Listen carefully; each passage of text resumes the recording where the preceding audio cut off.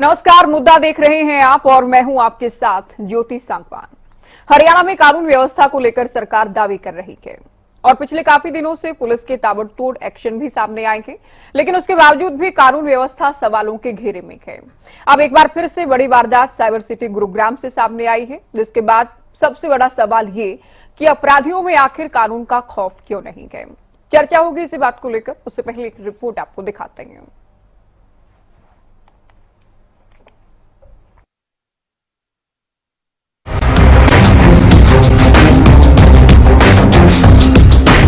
प्रदेश सरकार अपराध पर लगाम लगाने के लिए लगातार बैठकें कर रही है। पुलिस को फ्री हैंड देने का दावा भी किया जा रहा है और पुलिस का एक्शन भी जारी है, लेकिन इसके बावजूद भी अपराधियों में कोई खौफ नजर नहीं आ रहा है। अब प्रदेश में एक और बड़ी वारदात हुई, जिसके बाद फिर से कानून व्यवस्था पर सवाल खड़े हो रहेंगे। दरअसल फेमस सिंगर और रैपर फाजिल पुरिया पर साइबर सिटी गुरुग्राम में ताबड़तोड़ फायरिंग का मामला सामने आया है, जिसके बाद से क्षेत्र में दहशत का माहौल है। पुलिस ने आरोपियों की पहचान कर ली है, लेकिन आरोपी कौन है, इस बारे में भी अभी तक कोई खुलासा नहीं किया गया। कल लेट इवनिंग आवर्स में गुरुग्राम पुलिस को एक इन्फॉर्मेशन एसपीआर रोड पे सेक्टर 71 में एक फायरिंग इंसिडेंट के बारे में मिली थी। इसके ऊपर गुरुग्राम पुलिस की टीम स्पॉट पर गई थी, तो काफी देर मेहनत करने के बाद इसमें एक बुलेट मार्क्स गुरुग्राम पुलिस को स्पॉट पे मिला है। विक्टिम के द्वारा जो कंप्लेंट पुलिस को फाइल की गई है, उसके ऊपर पुलिस के द्वारा एफआईआर रजिस्टर कर ली गई है। एक डीप इन्वेस्टिगेशन इंटरव्यू केस में की जा रही है। घटना में जो कार स्पॉट पर विजिबल थी, उसको पुलिस के द्वारा इसमें रिकवर कर लिया गया है। एक्यूज को पुलिस के द्वारा आइडेंटिफाई कर लिया गया है और उम्मीद है कि हम जल्दी ही आरोपियों को अरेस्ट करके फर्दर इस केस में खुलासा करेंगे। सिंगर फाजिल पुरिया पर हमले के बाद एक बार फिर से कानून व्यवस्था पर सवाल उठने शुरू हो चुके हैं। विपक्ष पहले से ही कानून व्यवस्था को लेकर के सरकार पर हमलावर है। भले ही सरकार की तरफ से पुलिस को फ्री हैंड देने की बात कही जा रही हो और भले ही पुलिस का एक्शन भी जारी हो, लेकिन बड़ा सवाल यही है कि प्रदेश में अपराधी इतने बेखौफ होकर अपराध की वारदातों को अंजाम कैसे दे पा रहे हैं। Bureau report, Haryana news.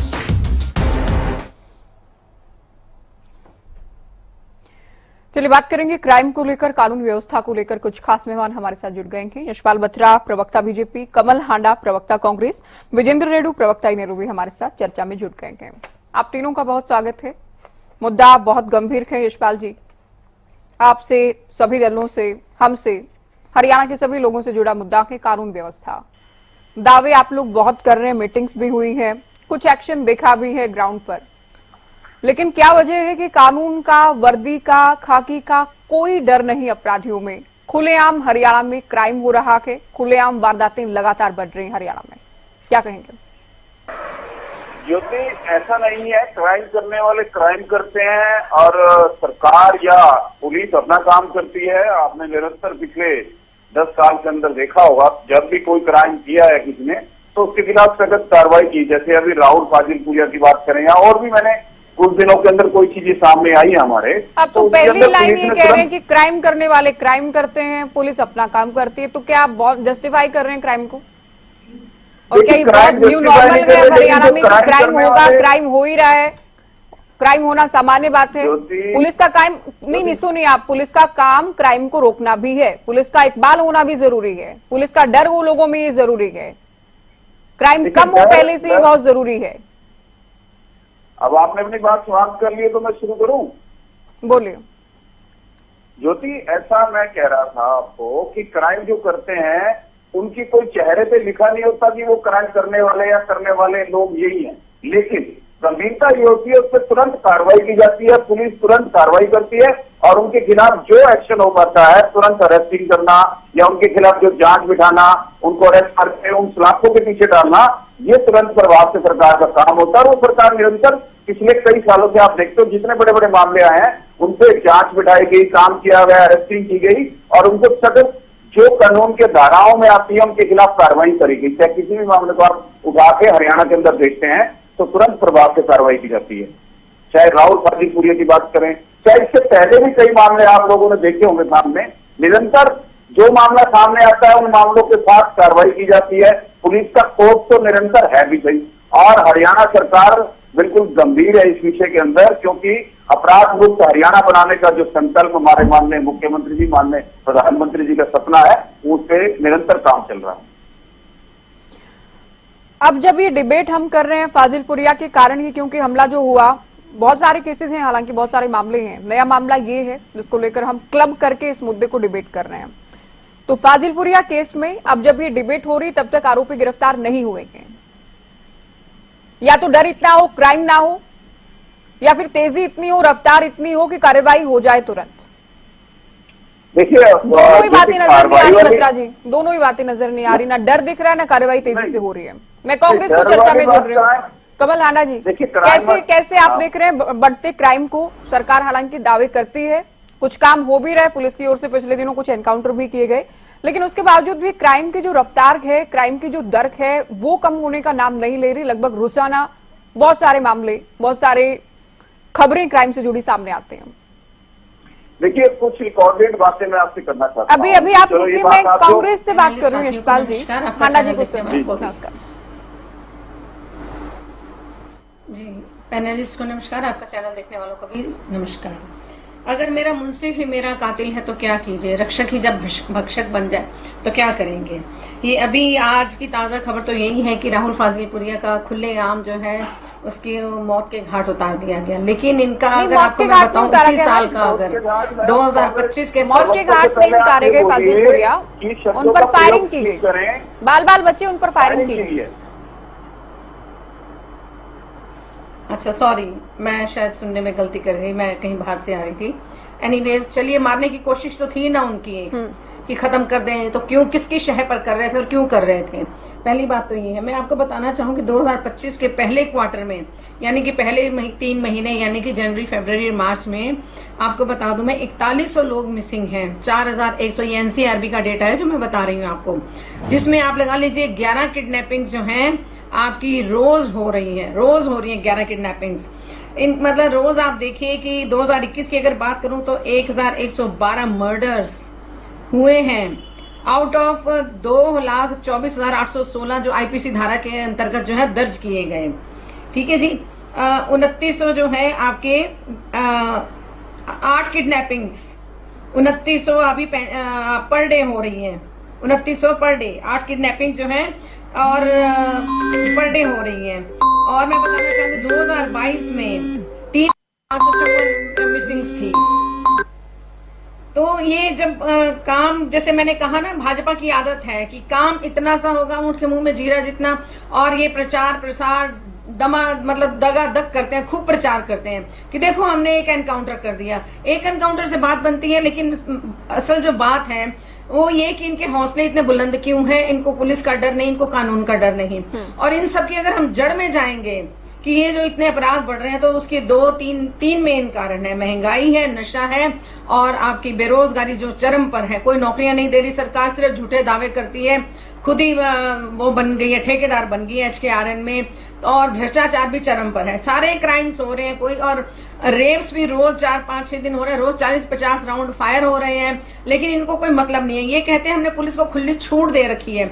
अरे भाई, पुलिस के सामने कोई अपराधी आएगा तो पूछने थोड़ी जाएगी नायब सिंह सैनी से कि भैया हम उसको गोली मारो, उसको पकड़े या ना पकड़े। पुलिस को और सेना को हमेशा खुली छूट होती है, क्योंकि वो पूछने नहीं जाएंगे किसी से। अगर उनके ऊपर कोई हमला करे तो अपने सेल्फ डिफेंस में वो अटैक करेंगे। लेकिन अपराध बढ़ रहा है, घटने का तो कोई नाम ही नहीं ले रहा। 2014 के बाद जब से ये भाजपा सरकार आई है, हरियाणा का इन्होंने सर्वनाश कर दिया है। इन्होंने कहीं कुछ अच्छा नहीं छोड़ा, कोई काम इन्होंने किया नहीं है। और मैं एक शेर छोटा सा कह दूं, अरे कुर्सी ही तो है, जनाजा तो नहीं, कोई जनाजा तो नहीं। अगर कुछ कर नहीं सकते तो कुर्सी से उतर क्यों नहीं जाते। आज एक अगर नायब सिंह सैनी गायब है तो फिर आप क्या कर लेंगे। सरकार ही जब बैठकों पर बैठ के कर रही है, एसी रूम में बैठकर, काम कुछ धरातल पर हो नहीं रहा। अगर पुलिस को, अगर ये उसके ऊपर डंडा रखे पुलिस के ऊपर, तो एक हियरार्की होती है मैडम, कि सीएम मंत्री को कहेंगे, मंत्री आगे पुलिस को कहेगा, वो आगे एसपी को कहेंगे, and so on and so fourth. CM इस तरीके से सिस्टम चलता है। विभागीय सचिव को कहेंगे, सीएम आप देखिए कि विभाग खुद संभाल रहे हैं, सीएम खुद ही इस विभाग के मंत्री हैं, तो सीएम खुद ही अधिकारियों को कहेंगे, आप जानते हैं। तो सोचिए कितने शर्म की बात है। उनके पास ये विभाग और उनको कोई खबर ही नहीं है कहाँ क्या हो रहा है, क्योंकि मतलब नहीं है इनको। है भ्रष्टाचार दबा कर करो, प्रचार प्रसार करो, झूठ बोलो, जनता को बरगलाओ, उनके बीपीएल वोट काटो जो इन्होंने धोखे से बनवाए वोटों की ठगी करने के लिए, और हरियाणा एग्रीकल्चर यूनिवर्सिटी के छात्रों को पिटवाओ, मरवाओ, उनसे कमरे खाली करवाओ, उनको खाना पीना बंद कर दो। ये काम है इनके नायब सिंह सैनी के भाजपा सरकार के। संवेदनशीलता 0% है। Totally they are heartless people and cold blooded people, I say. चलिए इनेलो को मैं चर्चा में जोड़ रही हूँ। रेडू साहब, ऐसा नहीं है कि सरकार प्रयास नहीं कर रही है, बैठक तो हो रही है। अभी हाल फिलहाल ही सीएम ने गृह सचिव के साथ, डीजीपी, सभी जिलों के एसपी के साथ भी बैठक की है। लगातार बैठकों का दौर जारी है। कुछ पोस्टर भी हरियाणा बीजेपी की ओर से शेयर किए गए थे अपराधियों को लेकर। उसके बाद धरातल पर भी देखा था काम जो पुलिस की ओर से किया गया। प्लस पुलिस को फ्री हैंड है ये दावा भी, हालांकि जो कि हांडा जी भी कह रहे हैं कि पुलिस के हाथ तो कभी नहीं बंधे होते और बंधे होने भी नहीं चाहिए। तो ये तमाम बातें हैं, प्रयास हैं, दावे हैं, लेकिन उसके बावजूद भी स्थिति क्या के ढाक के तीन पात। ज्योति जी, आपके चैनल से जुड़े हुए सभी गणमान्य व्यक्तियों को इंडियन नेशनल लोकदल पार्टी की तरफ से राम राम, नमस्ते और जय हिंद। देखिए, राहुल फाजिलपुरिया के ऊपर कातिलाना हमला किया गया। मैं बहुत बहुत शुक्रगुजार करता हूं परमात्मा से कि उनकी जान बख्श दी गई है, वो बच गए हैं। इसके लिए मैं उनको इस बात की बधाई भी देता हूं। अन्यथा उनको मारने के हिसाब से ही उनके ऊपर आक्रमण किया गया। जुलाना में 40 लाख रुपए के लगभग ज्वेलरी, जो सुनील ज्वेलर्स था, उसके ऊपर, नहर के ऊपर पिस्टल की नोक के ऊपर वो सोना छीन लिया जाता है। बास में एक प्रिंसिपल की हत्या कर दी जाती है और हत्या करने के बाद भी 10 लाख की फिरौती उसी से मांगने का काम किया जाता है। और शराब के जींद में एक शराब के ठेकेदार को दिन दहाड़े जो है ना गोलियों से भून दिया जाता है। यमुनानगर इत्यादि में शराब के जो जोन हैं उनकी नीलामी होने के लिए गैंगस्टर ने ऐसी थ्रेटनिंग दे रखी है कि वहां कोई लोग ठेका लेने के लिए जाते ही नहीं है। खुलेआम सरकार के लिए एक चैलेंज है, ये बहुत बड़ा चैलेंज है। इसके एवज में सरकार कह रही है कि हमने बैठकें ली हैं, सभी पुलिस के आला अधिकारियों की बैठकें ली, उनको दिशा निर्देश देने का काम किया, उनको चेतावनी देने का काम किया, फ्री हैंड देने का काम किया और बदमाशों को भी चेतावनी देने का काम किया। हरियाणा छोड़ दो या अपराध छोड़ दो, सब कुछ कार्रवाई हो रही है। इसके बावजूद भी जो अपराधी लोग हैं वो सरकार को ठेंगा दिखा करके अपने काम में लगे हुए हैं और वो दिन प्रतिदिन करते ही जा रहे हैं। एक दो का काउंटर इन्होंने भले कर दिया हो, लेकिन इसके बावजूद किसी प्रकार की जरा सी 1% भी कमी नहीं आई, बल्कि अपराध में बढ़ोतरी ही बढ़ोतरी हो रही है। ऐसे ही फिरौतियां मांगी जा रही हैं, ऐसे ही मर्डर किए जा रहे हैं, चैलेंज के साथ मर्डर किए जा रहे हैं, टाइम देकर के मर्डर किए जा रहे हैं। तो ये कहीं ना कहीं बेखौफ जो लोग हैं वो घूम रहे हैं और सरकार का किसी प्रकार की चेतावनी, किसी प्रकार की बैठकों का इनके ऊपर जरा सा भी कोई असर नहीं है। अब ज्योति जी, अब जैसे हमारे बीजेपी के प्रवक्ता भाई ने कहा, आपने भी उस बात को पकड़ा और मैंने भी तुरंत पकड़ लिया था कि क्राइम वाले क्राइम करते रहेंगे और पुलिस अपना काम करती रहेगी। अगर सरकार की, चलो ये तो प्रवक्ता साथी हैं हमारे, अगर सरकार की इस तरह की सोच है कि हम पकड़ते रहेंगे और उनको जो ना एनकाउंटर करते रहेंगे और वो क्राइम करते रहेंगे, तो ये तो बिल्कुल ही गलत सोच है, निंदनीय सोच है।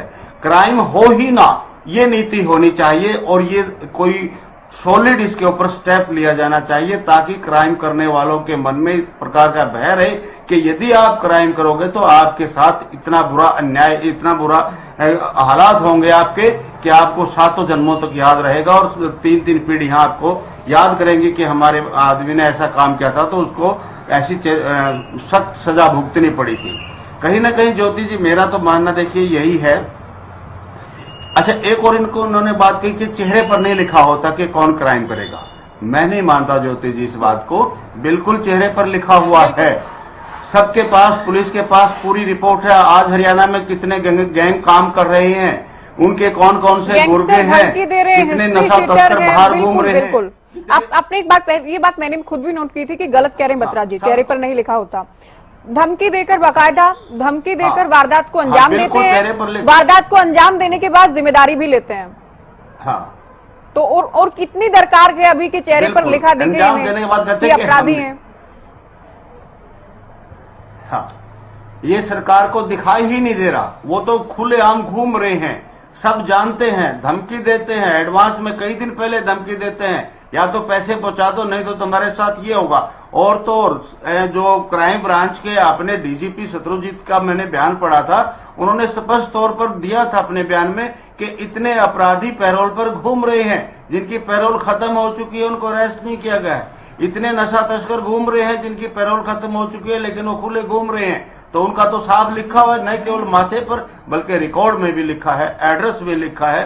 तो अगर इस तरह से सरकार की एक सोच होगी तो भला अपराध कैसे कम होगा ज्योति जी। सरकार को इसको गंभीरता से लेना होगा। सरकार की जिम्मेवारी होती है कि वो अपने प्रदेशवासियों को सुरक्षित माहौल में जीने का मौका दे, जीने के लिए उनको अवसर प्रदान करे। लेकिन आज प्रदेश का हर नागरिक भयभीत है। कुछ बोलने से पहले डर भी लगता है कि कहीं कोई मेरे पीछे ही ना लग जाए।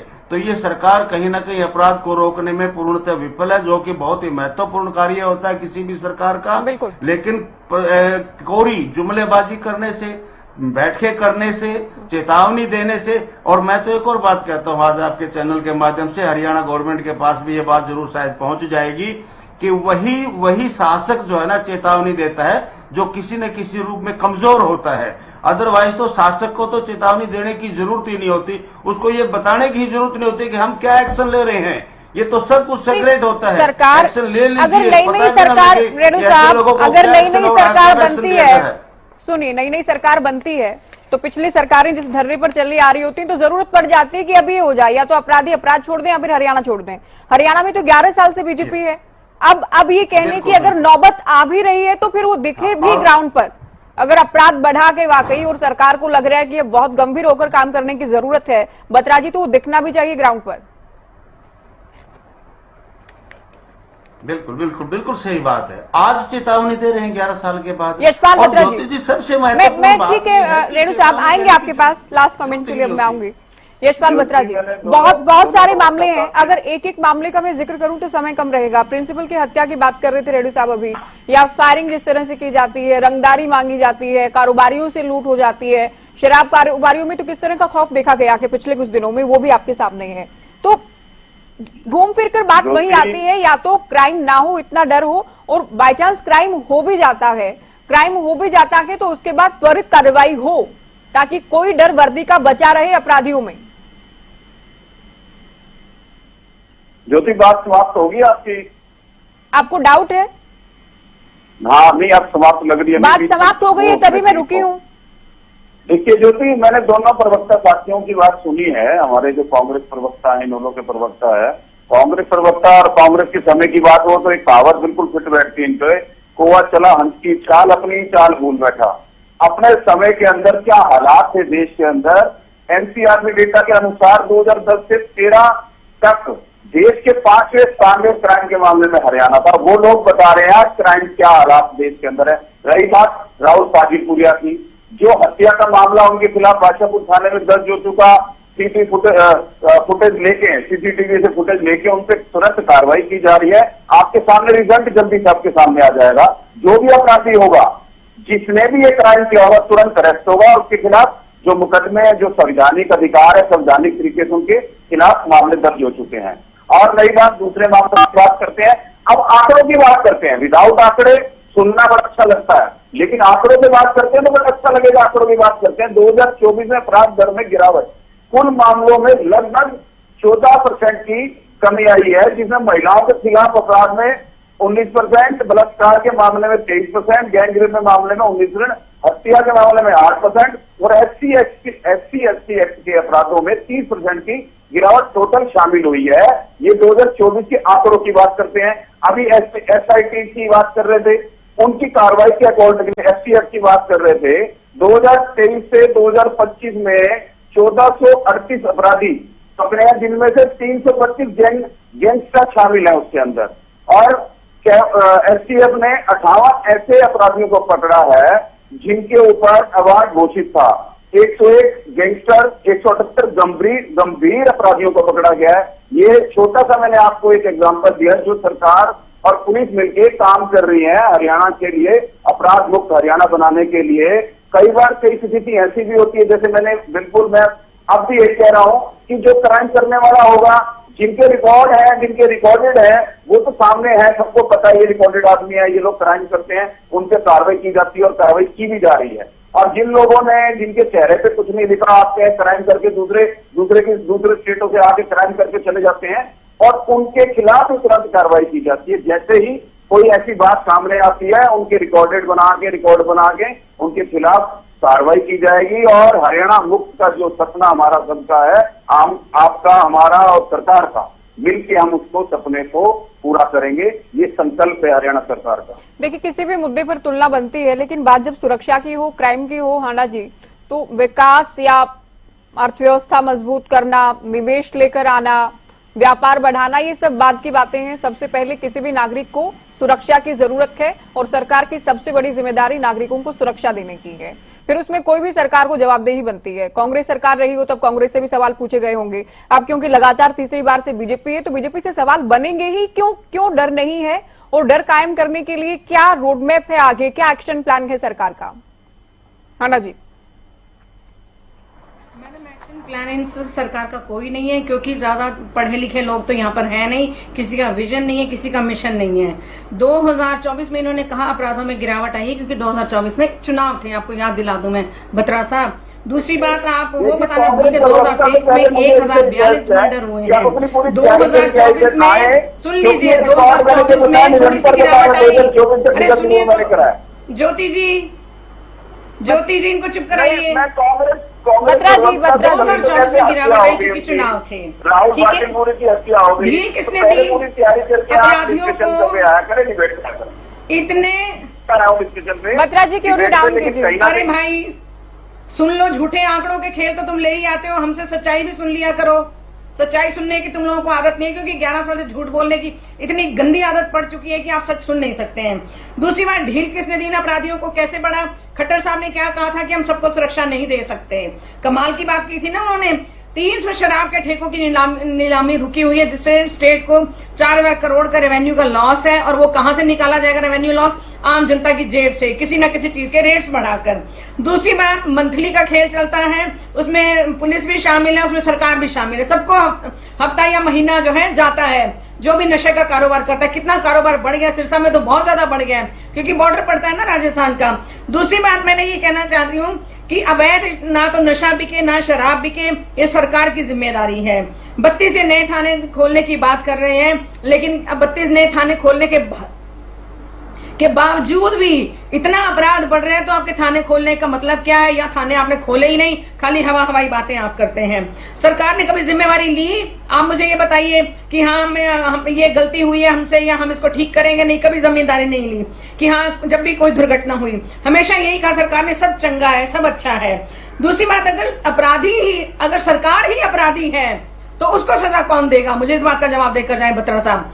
अगर सर, मैं रिपीट कर रही हूं अपना वाक्य, अगर सरकार ही अपराधी है तो उसको सजा कौन देगा?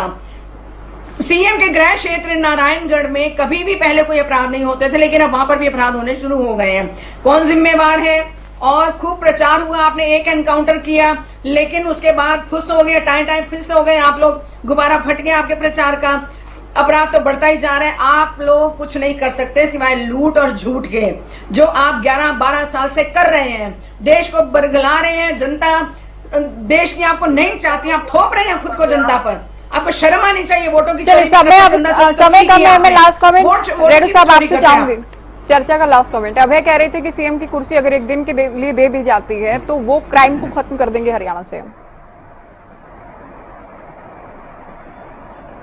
निश्चित तौर पर देखिए ज्योति जी, एक मुख्यमंत्री पद की गरिमा होती है और मुख्यमंत्री का एक व्यक्तित्व होता है। मुख्यमंत्री जब कुर्सी पर बैठता है तो उसको इस तरह की चेतावनियां देना, इस तरह की धमकियां देना, ये कोई बनता नहीं है। उसके चेहरे से ही क्राइम वाले लोगों को अपने आप ये पता लग जाता है कि ये व्यक्ति किस नेचर का है। तो उससे निश्चित तौर पर यदि अभय सिंह चौटाला जब हरियाणा प्रदेश के मुख्यमंत्री बनेंगे, चाहे आपका देख लो और चाहे ओम प्रकाश चौटाला जी का देख लो, देखो छिटपुट घटना जरूर होती रहती है, लेकिन इस तरह खुले तौर पर, सीधे तौर पर सरकार को ही चेतावनी दे दी गई। सरकार को बोल दिया ठेकों की नीलामी करके दिखाइए, हम देखते हैं आप कैसे नीलामी करते हो। और सरकार ने अनेकों प्रयास किए और वो ठेकेदारों को विश्वास नहीं दिला पाए कि हम आपको सुरक्षा देंगे और आप इन ठेकों को चलाने का काम करें। सरकार का नुकसान उठ लिया लेकिन उनको सुरक्षा नहीं दे पाए। तो इससे बड़ी और क्या कमजोरी होगी। यदि अभय सिंह हरियाणा के मुख्यमंत्री होते तो निश्चित तौर पर ऐसी नौबत नहीं आती कि लोग सीधे सरकार को ही चेतावनी देने का काम करें। ये सरकार की कमजोरी है, कहीं ना कहीं सरकार की नीति की कमजोरी है, सरकार के दृढ़ संकल्प की कमजोरी है और इस वजह से इस तरह के हालात पैदा हुए हैं कि आज जो है अपराधी किस्म के लोग खुलेआम घूम रहे हैं और खुलेआम अपराध कर रहे हैं। और मैं तो आपके चैनल के माध्यम से ऐसे नौजवानों को भी एक निवेदन करना चाहूंगा, भाई जो इस तरह के कारनामे ज्यादा लंबे नहीं होते हैं, इनको छोड़ करके युवाओं को क्राइम से नहीं जुड़ना चाहिए। बिल्कुल, बहुत शुक्रिया तीनों का, आप लोग चर्चा में शामिल हुए। तो क्राइम की बढ़ती वारदातों को लेकर, साथ ही हरियाणा की कानून व्यवस्था को लेकर हमने चर्चा की। फिलहाल दीजिए इजाजत, नमस्कार।